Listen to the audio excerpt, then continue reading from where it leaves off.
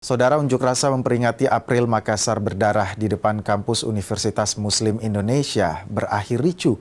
Mahasiswa yang memblokade jalan terlibat bentrok dengan pengemudi ojek online.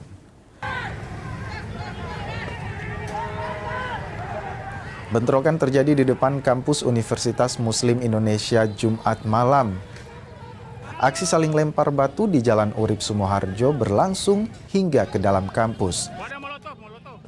Sejumlah motor yang berada di parkiran kampus menjadi sasaran. Menengahi aksi bentrokan, Kepolisian Resort Kota Besar Makassar melakukan pengamanan dan meminta massa keluar dari dalam kampus.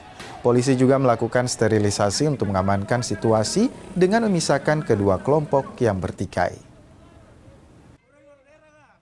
Jadi kami sudah persiapkan dalam rangka amanah ini Makassar berdarah. Mahasiswa dari UMI tadi untuk rasa mendatangi kampus, namun memang menutup jalan dan membakar ban.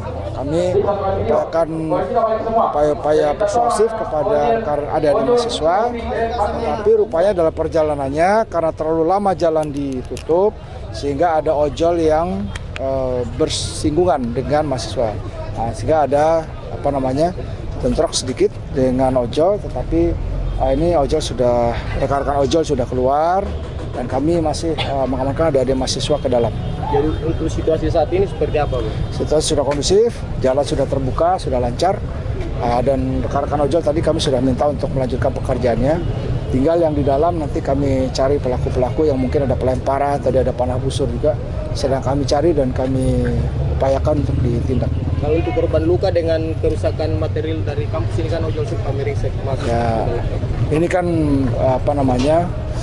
kalau korban luka tidak ada ya, tapi dari UMI nanti dilihat ya, ini kan karena tindakan dari adik-adik mahasiswa yang tadi sempat berseteru ya.